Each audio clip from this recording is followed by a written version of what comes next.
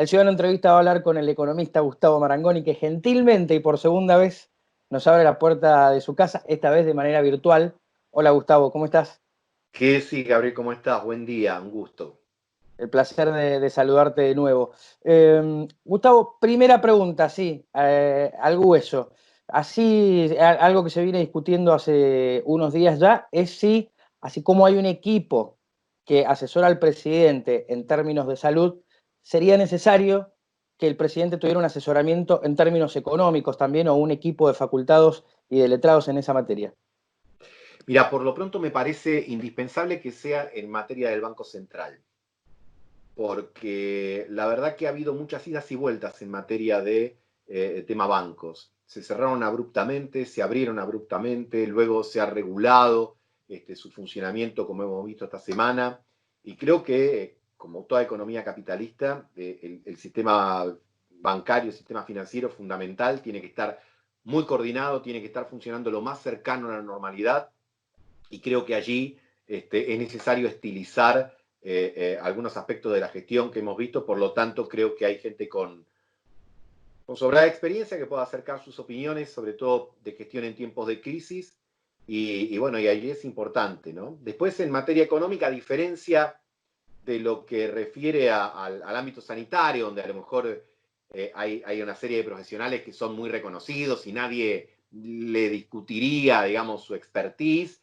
Siempre en materia económica es más difícil porque cada uno tiene su universo conceptual mucho más establecido, mucho más firme, pero me parece que no sería ocioso que las autoridades puedan intercambiar opiniones respecto a la implementación de medidas, sobre todo teniendo en cuenta que la verdad que los recursos que tenemos como Argentina para hacer frente a esto no son muchos. Está claro, de hecho hoy mismo se va a hacer una propuesta por el tema de la deuda, que no tenemos la posibilidad de acceder a los mercados internacionales para pedir crédito, tenemos un mercado local muy debilitado también en materia de préstamos, no nos quedan muchas reservas en el Banco Central, por lo tanto casi el mecanismo exclusivo es la emisión monetaria y algún tipo de reasignación presupuestaria, habrá que agudizar el ingenio y no viene mal escuchar otras opiniones, ¿no? Bien, me quedo con lo último, después voy a volver al principio, que es muy interesante lo que señalaba de los bancos y algunas cosas que mencionabas en Animales Sueltos, ayer que tiene que ver con la atención de algunos bancos privados a jubilados o de la no atención, en realidad que me llamó mucho la atención y me generó hasta dolor como ser humano. Pero quedándome con esto último que vos señalabas de la deuda, algunos dicen que hasta anoche se discutía la propuesta que va a ser presentada hoy. Por lo cual eso a mí todavía me genera dudas. Parece no haber muchas opciones y te pregunto si estamos muy lejos, según lo que vos crees de futurología, de tener una cuasi moneda rondando otra vez entre nosotros. Y si sería una solución, ¿no? Respecto del tema de la deuda, me parece que hoy, bueno, hoy a las 5 de la tarde sabremos cuántos pares son tres botas, digamos. Hasta el momento tenemos trascendidos, tenemos versiones, algunas hablan de quita en el capital, otras no hablan de quita en el capital. Veremos cuán, entre comillas, vamos a decir así, contundente es la propuesta. Uno lo que desearía es que sea el comienzo de una negociación que termine de la mejor manera posible, porque la verdad que pensar la reconstrucción de la Argentina en los próximos meses y en los próximos años va a requerir de poder acceder al mercado de capitales, así que sería muy importante no quedar litigando allí por mucho tiempo y por lo tanto también por mucho tiempo tener que vivir con lo nuestro, siendo lo nuestro muy poco. Respecto de lo que refiere a la actividad bancaria, la segunda parte de tu pregunta, ¿no? Eh, Sí, eh, exacto. al tema de la actividad bancaria, señalo lo que marcaba antes, Gabriel. Creo que es indispensable que funcione con la mayor normalidad posible. Los bancos tienen que estar abiertos en una economía capitalista, son tan importantes como los supermercados. Y creo que tomando las debidas precauciones para que sus trabajadores no estén innecesariamente expuestos, hasta la infraestructura permite proteger a las bancarias, a los bancarios muy bien. Respecto al tema de los jubilados que vos mencionabas, Hay muchos motivos por los cuales los bancos privados más grandes no quieren atender jubilados. En parte, como mencionábamos en el programa de animales de ayer, que vos hacías referencia, es porque no hacen a la crema del negocio. Claro. En realidad los jubilados son muy de ir a la sucursal, por lo tanto demandan tiempo, demandan cajero, pero sobre todo demandan el dinero cash. Y como demandan el dinero cash, demandan que las sucursales estén abastecidas de dinero. Y abastecer a las sucursales de dinero requiere contratar muchos camiones de caudales. Los costos de logística, de recarga de cajeros o de recarga del dinero en las cajas físicas. Por lo tanto, los bancos quieren achicar costos ahí, los bancos privados grandes, y por lo tanto no son propensos a atender jubilados, y esto hace que el grueso de ese servicio recaiga en la banca pública y solo en algunos bancos privados muy pequeños y en algunos de mediana categoría. Ahora, te pregunto porque desconozco, vos estuviste al frente de un banco mucho tiempo, ¿no puede el Estado en esta situación de pandemia decir a los bancos privados, muchachos, atiendan a los jubilados? Además, ahora hay liquidez, señalan los economistas que los bancos están llenos de pesos, por lo cual eso lo podrían resolver rápidamente. Pero digo, ¿sería mal visto una intervención del Estado de sugerirles o obligarles a decir, muchachos, atiendan a los jubilados mientras dure la pandemia, después volvemos a la situación normal? Mirá, creo que está dentro de las facultades regulatorias el hecho de acudir a esta situación de emergencia y pedir aumentar las bocas de expendio. Todos coincidimos que en este momento lo que hay que tratar de evitar son las concentraciones, las colas, las aglomeraciones. Y si vos tenés en la actualidad casi 5.000 sucursales bancarias en todo el país, y más o menos 1.500 o 1.700 que pagan jubilaciones, si tuvieses casi 5.000, mejorarías mucho, ¿no? La Me quedó, desconcentración. claro que sí, me quedó colgado lo de la cuasimoneda, Gustavo, en la Perdón, pregunta anterior. No, no, sabía que me estaba olvidando de algo. Bueno, creo claramente que es algo que hay que evitar, ¿no? Si yo te digo cuasimoneda, vos inmediatamente, como todos los argentinos, vas a remitir al tal cual. 2001 o al 2002. Y eso creo que no es bueno.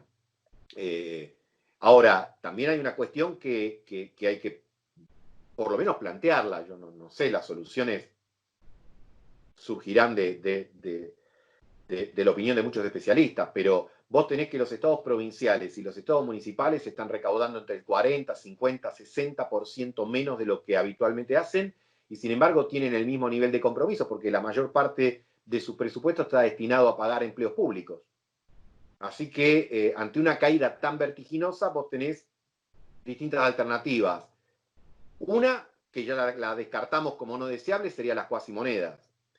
La segunda es que el Estado Nacional emita todo lo suficiente para poder proveer a las provincias y a los municipios del pago de sus obligaciones, pero también esto está dando lugar a una emisión que se puede ir en vicio, digamos. ¿Por qué? Porque si bien nadie discute hoy que el Estado tiene que emitir más, tampoco la emisión puede ser infinita.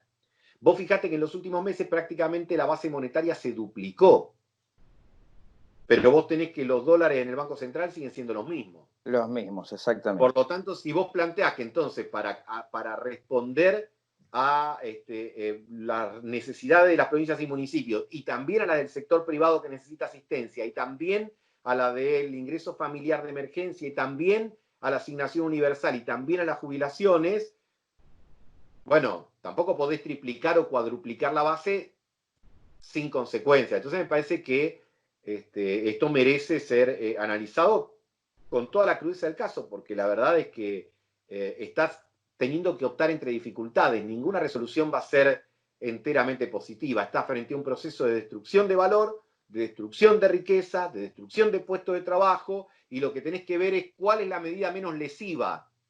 No hay una virtuosa, no hay una que te permita pagar a todo, responder a todas las demandas, no emitir, no generar presiones inflacionarias.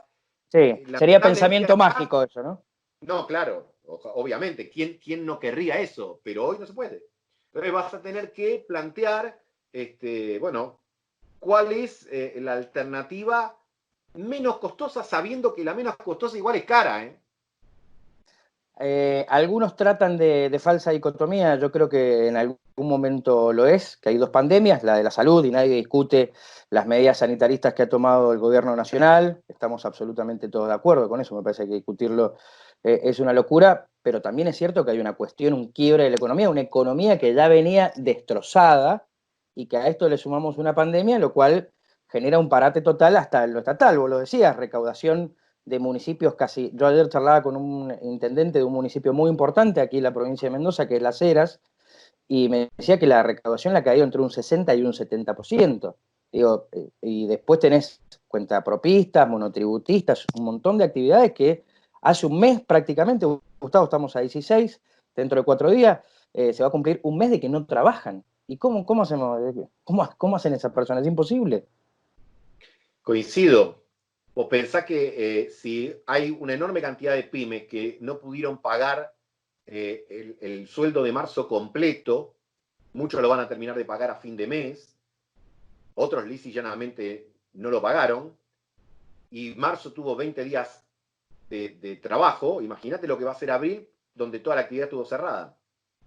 Entonces, evidentemente estamos frente a un problema muy severo que plantea cómo encontrás algún punto de equilibrio que siempre será inestable entre ambas variables, la política de confinamiento, distanciamiento social, etcétera, y la necesidad de la economía. Yo te diría, desde el punto de vista de normas vinculadas a la salud, hay cosas que nadie discute.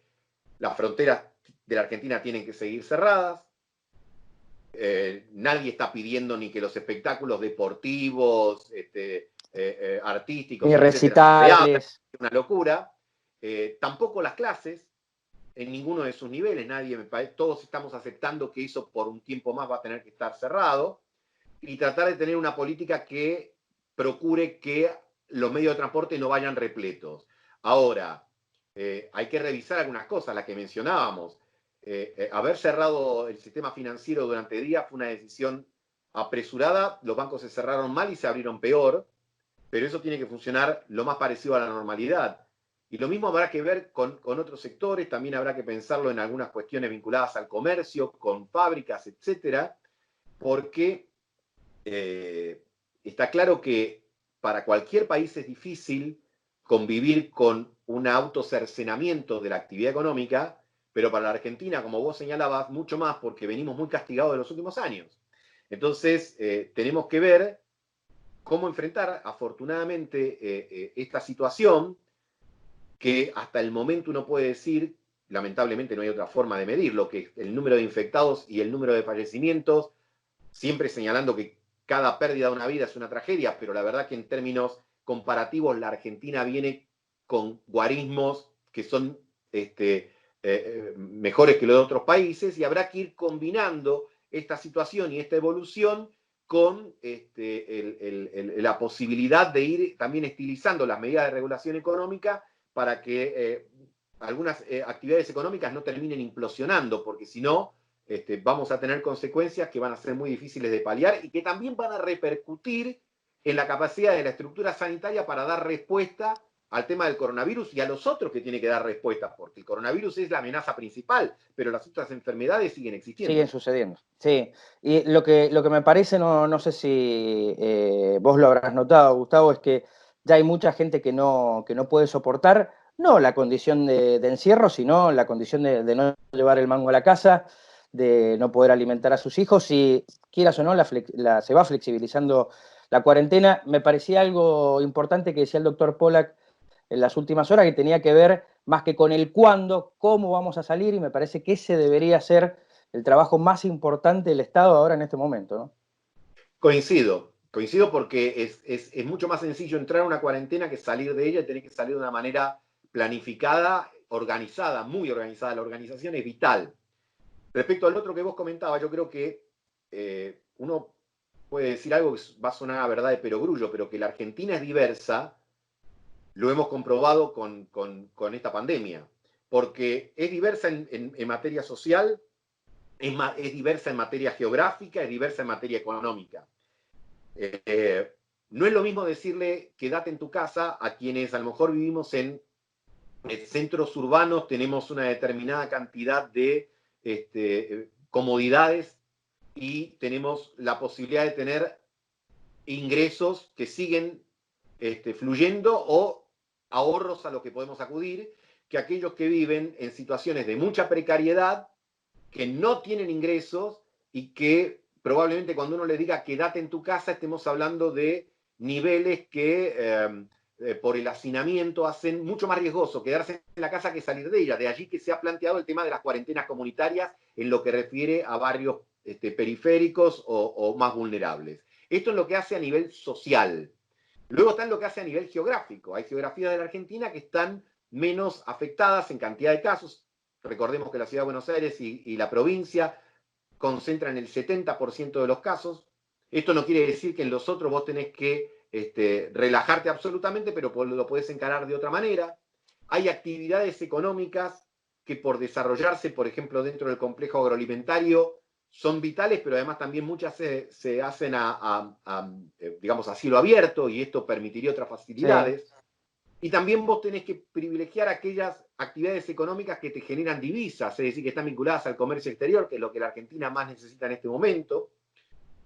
Así que me parece que tenés que combinar todas estas cosas y llevar adelante una estrategia que entienda la diversidad enorme que tiene la República Argentina y justamente ahora poder revisar las enormes virtudes que tiene un sistema federal para poder justamente responder a las especificidades de cada una de los estados de cada uno de los estados provinciales del país y aplicar una receta acorde con las realidades locales, porque en un país de las características de la Argentina, en todo caso, vos tenés que concentrar la estrategia y descentralizar la ejecución de esa estrategia. Y para eso son fundamentales los gobernadores y los municipios que tienen un mayor nivel de cercanía con el ciudadano común. Gustavo, la última, y te llevo a la macro otra vez agradeciéndote la comunicación. ¿La pandemia vino a ser a la golpeada economía argentina, a transformarlo en la crónica de un default anunciado? Lo veremos esta tarde. Lo veremos esta tarde. Uno diría, bueno, la Argentina tiene escasos recursos para poder hacer frente. Tenía ahora que hacer frente a un pago de un bono el 22 de abril, 500 millones de dólares. Luego, en mayo y en junio tenía otros vencimientos. Y uno entiende que el Estado quiera, digamos, utilizar esos recursos y reorientarlos para financiar en parte algunas de las medidas que ya ha tomado, como mencionábamos antes. Quizás utilizando fondos que estaban destinados al pago de la deuda, se pueden encontrar, digamos, otras fuentes alternativas de financiamiento para el ingreso extraordinario de emergencia, para las provincias, para los municipios, etcétera. Pero, de todas maneras, lo ideal sería que lo que se anuncie esta tarde abra un proceso de negociación, porque tendríamos aproximadamente un mes y medio antes de caer en default. Si no se paga el 22 de abril, tendríamos, digamos, hasta el 22 de mayo para evitar el ingreso formal al default, y que en esos 30 días la propuesta inicial que se haga ahora no suene tan inaceptable a los oídos de los acreedores para que prefieran el camino judicial, contemplando el antecedente de la jurisprudencia del Griesa, digamos. ¿No? Entonces digo, hay que ser duros, pero no tan duros como para que el incentivo a ir a juicio sea mucho más atractivo que el incentivo a sentarse a negociar. Muy bien. Gustavo, muchísimas gracias por esta comunicación con el ciudadano, como siempre. Y sé que estás tan triste como yo por una maquinita que se detuvo, que es la del River de Gallardo, ¿no? La verdad que sí, el fútbol en general, ¿no? Se lo extraña mucho, así que estamos consumiendo partidos desde el Mundial 78 hasta el último, como si no los hubiésemos visto, ¿viste? Hay que mantener la magia viva. Exactamente. Un fuerte abrazo, Gustavo. Gracias. Otro para vos.